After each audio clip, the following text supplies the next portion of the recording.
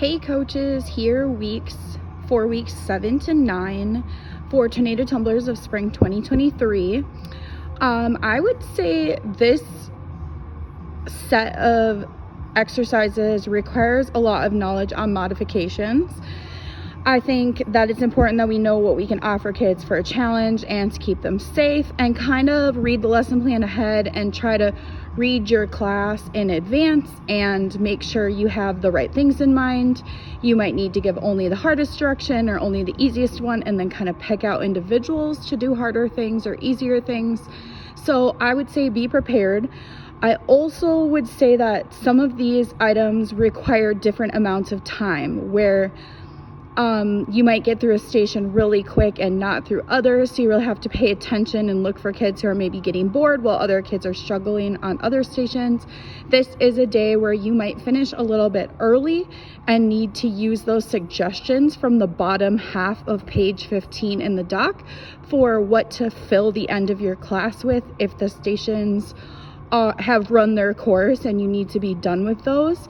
I did give a lot of directions in each of the stations for modifications, and I'm just going to go through the room setup here. I again want to stress the importance of dot placement. So I set these dots, thought carefully about why I would set them there if it was my class.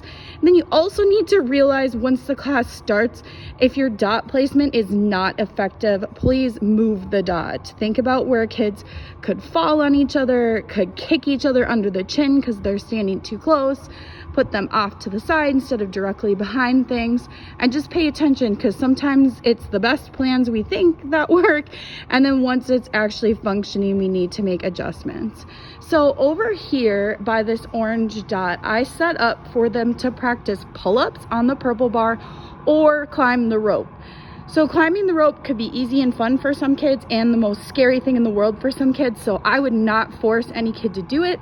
With a younger or more nervous class, I would show them pull-ups, and then if there was a kid who seemed kind of gutsy or strong, I would say, hey, did you want to try and climb the rope? The only thing I would be leery of is if you wait until the last rotation to let a kid try to climb the rope and the other kids didn't know that was a choice. You could get in some hot water with them or their parents about them not having the opportunity. So if you're going to offer it to anybody, I would at least explain that it's there and offer up for them to ask you about it and get help on it if they are interested. Notice the pit pillows under it, making it as safe as possible. I left the blocks there so that they can't fall off the side of the mat, and the black rope is there. I mean, there are kids at private clubs who climb ropes when they're 5 years old, so if you think they can try that or they want to try that, feel free to let them, and then just modify as you go if it's not working. For the pull-ups, they want to hang down low and then stick their feet up on the purple block and then try and pull their chin above the bar. Then here, this is kind of what we've built up to each part of the session. I made the panel mats longer, and then they're putting all of those stations together. Again, this one I would say walk back on the blue line, stand on the yellow dot, and you can adjust that as needed. Back here is the trapezoid kick to handstand station. There is a video specifically for that, so feel free to watch that. I'll move it up in the playlist. And this is where we're gonna have kids try the partner wheelbarrow, which if we don't know what that is and anybody has any more questions, feel free to contact me individually. This length of mat would be plenty of space for many of the levels and ages of kids, but if you need to move them over like to that middle blue line right there and have them go the whole length of the floor and cheer them on while they're doing it, feel free to do that as well. But this is a good distance to start with because most kids won't have experienced something like that before. Then moving over towards the beam station, we put the dot back there. They block jump up, so you should be explaining that as a strength skill for any sport. That will help them be good at it. I like that because that's something that often adults who are in athletics recognize, that even if their child's not going to be a gymnast, they all should be practicing that explosive type of jump. So make sure we show them what a block jump is and have them try it.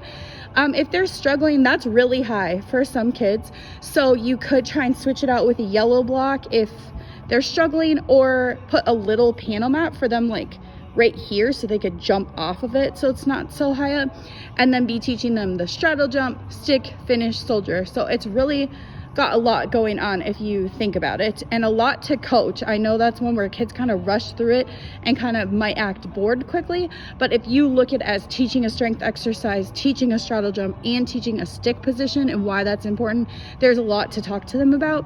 Then back here for the laser beam, they can be standing on the yellow dot. They should be walking forwards and kicking backwards. And then I thought this would be a good place to kind of introduce a cartwheel on the beam. So they would put their hands on the beam, but their feet would land on the line back here. You know, you've seen the cartwheels the last few weeks. You probably have every type of cartwheel in your group. And if you have a kid who's great and confident at it, have them move their cartwheel back here and put it on the beam.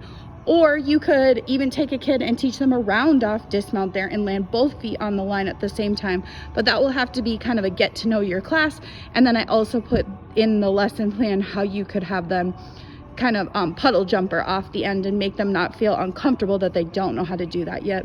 Then here with the P-bars is in a support, so holding each hand on a bar, and then use their feet to pick up the beanbag and put them in the bucket. So I threw a bunch of beanbags out there, but a lot of classes you might have to do only like 2 or 3 beanbags because that's all that they could really do in one turn. If a kid's really thinks it's easy and they're good at it, you could show them how to do it with their legs straight, like in an L position, and see if they can pick the bean bags up and put them in there. But really, if you think about it, that's the same muscles as like a toe up on bars, as a front support on bars, as an L support on bars, as a hollow tuck up. Those are all things that we need in gymnastics. So as a young coach, you might not look at that and think it's important. Some of the kids don't like always see, they kind of rush through it, but it's really so many muscles that we need to be working on. So if we can kind of coach them and cheer them on at being good at it, it really translates to a lot of the other skills and stations that they're doing. And then again, we're mounting the medium beam, walking to the end and dismounting, keep reinforcing the mount word, dismount word, and how to correctly climb up. Remember, if your kids are taking too long, you can always slide that yellow block from there up to there so that they're only on the beam for this long, so that it's not taking so long and they can get more tries at mounting. And I put on there a bear walk, and in the lesson plan kind of explain the chain of skills that we see that as falling in, and how you can challenge your class more or even make it a little easier if you need to. This area might be a little tricky this time because it's a little bit spread out more than normal, so you really kind of have to have eyes in the back of your head. Over here, I put the kick to handstand station, and I just decided to do it like that so the kids are a little bit closer to us on that green dot, that they're not all the way over by the wall waiting. I pushed the mat up to the wall so it won't move, and then explained in the lesson plan the different ways that you can use that mat. The lowest being a donkey kick, where they would stand on the base mat, you know, right here, and then put your hands right there and just kind of try and jump both feet up at the same time. And then all the way to where if a child's been doing some bridges and kickovers, then they could put their hands down on the floor and bridge, kick to handstand and land in a bridge with their feet up there and kick back over. So you kind of have to be on the lookout for what kids need. If you have a really well-behaved class, I would even consider letting them wait in line standing on this blue beam, just because it's some extra balance and might keep them from maybe digging in the chalk and doing different things, but you'll have to kind of know your class and know if that's appropriate or not. Here is jump front supports. This is another one that's so important. It gets kind of overlooked by the kids or younger coaches. So please watch the video and kind of try and think about what your kids have looked like so far on jump to front supports, and try and coach why that's important. And then there's the sponges that they can work keeping between their legs.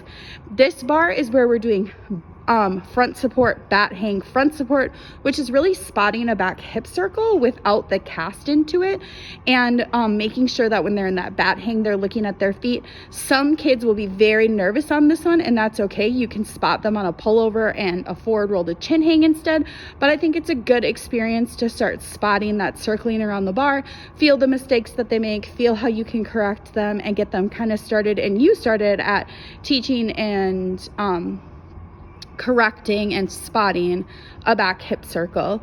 And of course, for many of the kids, just working on that pullover is a huge deal anyway, so get some extra turns and help on that. This is also one, these rings, that I had to make a big list in the lesson plan. Like I said, I wish it was monkey flip, but we probably can't get all the kids doing a monkey flip and a front support, batting front support. So I showed how this maroon resi can be, but if you're not planning on showing the kids how to walk up it, I would move the resi out of the way so that they don't feel so trapped. Notice I put the blue panel mat kind of leaned up just to protect them from that upright, and you just never know, kids can go kind of crazy on the rings. And then you'd want them to be hanging in a tuck, and then their partner to put their pit block up for them. It's really important that we talk about those initial things with rings. They're not for swinging. You shouldn't run with them in your hands. You should try to keep them still the whole time you're holding onto them. When you're all the way done, you should let go and make sure they're still before you walk away.